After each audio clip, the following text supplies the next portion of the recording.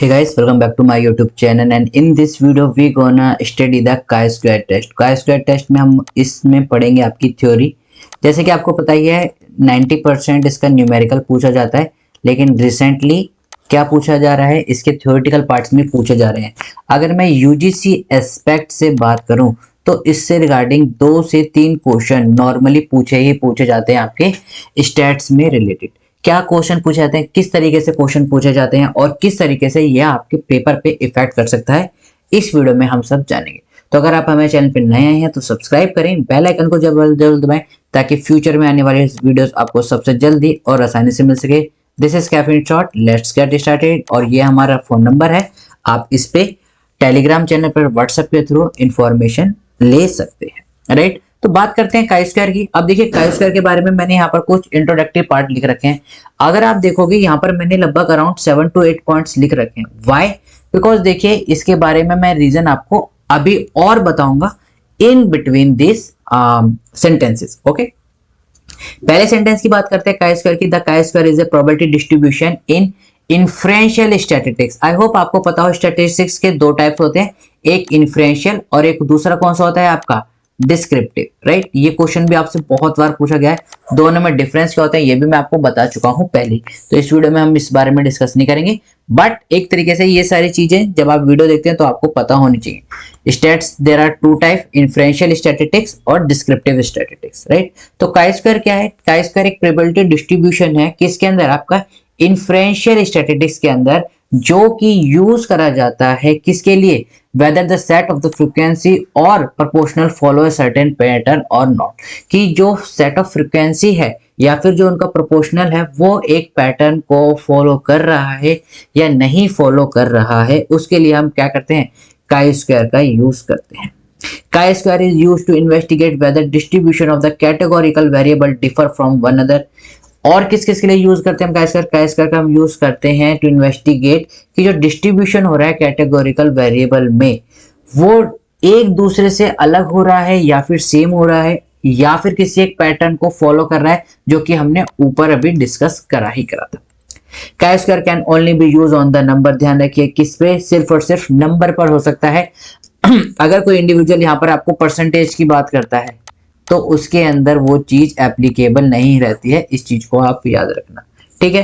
तो chi square सिर्फ और सिर्फ किस पे यूज होता है? नंबर पे यूज हो सकता है। They can not be use for percentage, यहाँ हमने लिख रखा है, देखिए परसेंटेज पे यूज नहीं हो सकता, किसी के प्रोपोर्शनल पे यूज नहीं हो सकता, मीन्स पर यूज नहीं हो सकता, और similar statistical value, that means 90% और more than the 95% we use chi square based upon और only on the numbers. Chi-square statistics is a single number that informs how much difference exists between observed count and the count one would expect if there were no relationship in the population। अब देखिए यहाँ पर मैंने लिखा है observe count and the counts में अगर मैं इसको छोटे वर्ड में लिखूं तो यहाँ पर हमने क्या लिखा था? एक टर्म मैंने आपको यूज करी थी आपकी ऑब्जर्व वैल्यू और एक्सपेक्टेड वैल्यू। आई होप आपको इन दोनों के बीच में डिफरेंस पता होगा, मैं दोनों को सर्कल कर देता हूं। ऑब्जर्व काउंट्स और you can say observe value और एक्सपेक्टेड वैल्यू, दोनों में आपको लोगों को आई होप डिफरेंस पता होगा। नहीं पता है तो कमेंट सेक्शन कर देना, मैं आपको कमेंट करके बता दूंगा, और अगर पता है तो well and good, that means आप हमारे साथ जुड़े हुए हैं, राइट। तो काई स्क्वायर में क्या बताता है? काई स्क्वायर आपको एक सिंगल आइडेंटिटी देता है जिसमें वो डिफरेंस बताता है, difference between the observe value and the expected value, और यही काई स्क्वायर का तो फॉर्मूला होता है। आई होप ये भी आपको पता होगा, that is observe value minus expected value का whole square divided by expected value, इन सब का समेशन, ये तो हमारा फॉर्मूला होता है, ठीक है। तो इस तरीके से याद भी रखना है। A low value for the chi-square means that there is a high correlation between the two set of the data। देखिए नॉर्मली हम क्या कहते हैं कि हाई कोरिलेशन है, दैट मींस 0.93 होगा, 0.95 होगा, तब हाई कोरिलेशन होगा। लेकिन जब हम काई स्क्वायर की बात करते हैं तो वहां पर क्या होता है? ए लो वैल्यू, यानी कि जितनी छोटी वैल्यू होगी उतना ही ज्यादा कोरिलेशन रहेगा दो सेट्स ऑफ डाटा के बीच में, यानी कि यहाँ पर प्रोसेस क्या हो रहा है? रिवर्स प्रोसेस हो रहा है। Chi square distribution are the family of the curves whose shapes depend upon the degree of the freedom। काई स्क्वायर डिस्ट्रीब्यूशन कौन सी फैमिली में से है? जहां पर जो शेप किसकी? कर्व की डिपेंड करती है किस पे? Degree of the freedom. कई बार आपने देखा होगा जैसे कि कई बार ये आपका शेप होगी, या फिर काफी ये शेप हो गई, या फिर इस तरीके की शेप होगी, राइट। तो ये different different kind of the क्या है, कर्व्स हैं, जो कि किस पर डिपेंड करते हैं, आपकी डिग्री ऑफ फ्रीडम में। आई होप आपको पता हो डिग्री ऑफ फ्रीडम क्या होती है। और अगर मैं बात कर लूं डिग्री ऑफ फ्रीडम, तो काई स्क्वायर की डिग्री ऑफ फ्रीडम क्या होती है, डिग्री ऑफ फ्रीडम को हम रिप्रेजेंट करते हैं डीएफ से। और काई स्क्वायर की डिग्री ऑफ फ्रीडम क्या होती है आपकी, m-1 multiply by n-1। UGC में ये क्वेश्चन पूछा गया हुआ था 2019 के अंदर, right. What is the degree of the freedom of the chi square test, तो ρ-1 मल्टीप्लाई बाय द कॉलम -1, ये चीज आपको पता होनी चाहिए, राइट। इसलिए मैं कहता हूं कि अगर आप अच्छे से पढ़ते हैं, देखिए बहुत सिंपल सा क्वेश्चन है, राइट। उसमें दे रखा था कि आपके 2 रोज हैं और 3 कॉलम है, तो डिग्री ऑफ फ्रीडम क्या हो जाती है, 2-1 1, 3-1 2, यानी कि 2। डिग्री ऑफ फ्रीडम कितनी आती है, 2, लेकिन बच्चों को पता ही नहीं था। इस तरीके से आपसे क्वेश्चन पूछे जाते हैं, तो इस चीज का भी ध्यान रखिए। यहाँ सिर्फ मकसद मेरा किसी को पैसे कमाना या फिर अपने फॉलोअर्स या फिर सब्सक्रिप्शन लेना या सब्सक्राइब करवाना नहीं है। यहाँ पर इस प्लेटफॉर्म पे मैं 99% इसलिए हूँ, 1% there might be some other reason and nobody is perfect, right. 99% का ये जो मेरा रहता है यूट्यूब पर आना, that means that I have to provide some those knowledge जो कि आपको एक अच्छे लेवल पे ले जाए, राइट। कल को जाके आप मेरे को याद करें कि मैंने यूट्यूब पर उन सर से इस तरह कैसे पढ़ा था, तो बहुत अच्छा पढ़ा रहे थे, right. This is what I want, I don't want your subscription और सब्सक्राइब और money, right. But on the other hand देखिए, साइकोलॉजिकल एक चीज दूसरी चीज से रिलेट रहती है। अगर आप सब्सक्राइब करते हैं, शेयर करते हैं, तो हमें लगता है कि हाँ हमारी वीडियो दूसरे लोगों तक पहुंच रही है, दैट मीन्स कि जो हम मेहनत कर रहे हैं वो क्या हो रही है, वो एक तरीके से रिवॉर्ड मिल रहा है, राइट। और जैसे रिवॉर्ड मिलता है तो वो आपने पढ़ा ही होगा, आप जो साइकोलॉजी में थ्योरीज पढ़ते थे, जैसे रिवॉर्ड मिलता है क्या रहता है, वो बिहेवियर क्या होने लग जाता है, और ज्यादा डेवलप होता है। That is the reason I only say to subscribe करिए, शेयर करिए और कमेंट करिए, that's it, okay. Now back to the topic, chi square की degree of freedom m-1 that is ρ-1 minus और मल्टीप्लाई बाय द कॉलम -1 होती है। इस चीज का याद रखना, यूजीसी में क्वेश्चन पूछा गया हुआ है। The degree of the freedom is dependent on the size of the table being state. देखिए यहाँ पर आ गया, जो डिग्री ऑफ फ्रीडम किस पर डिपेंड रहती है, size of the table. Size of the table में क्या रहती है आपकी, रोज मल्टीप्लाई बाय कॉलम, राइट।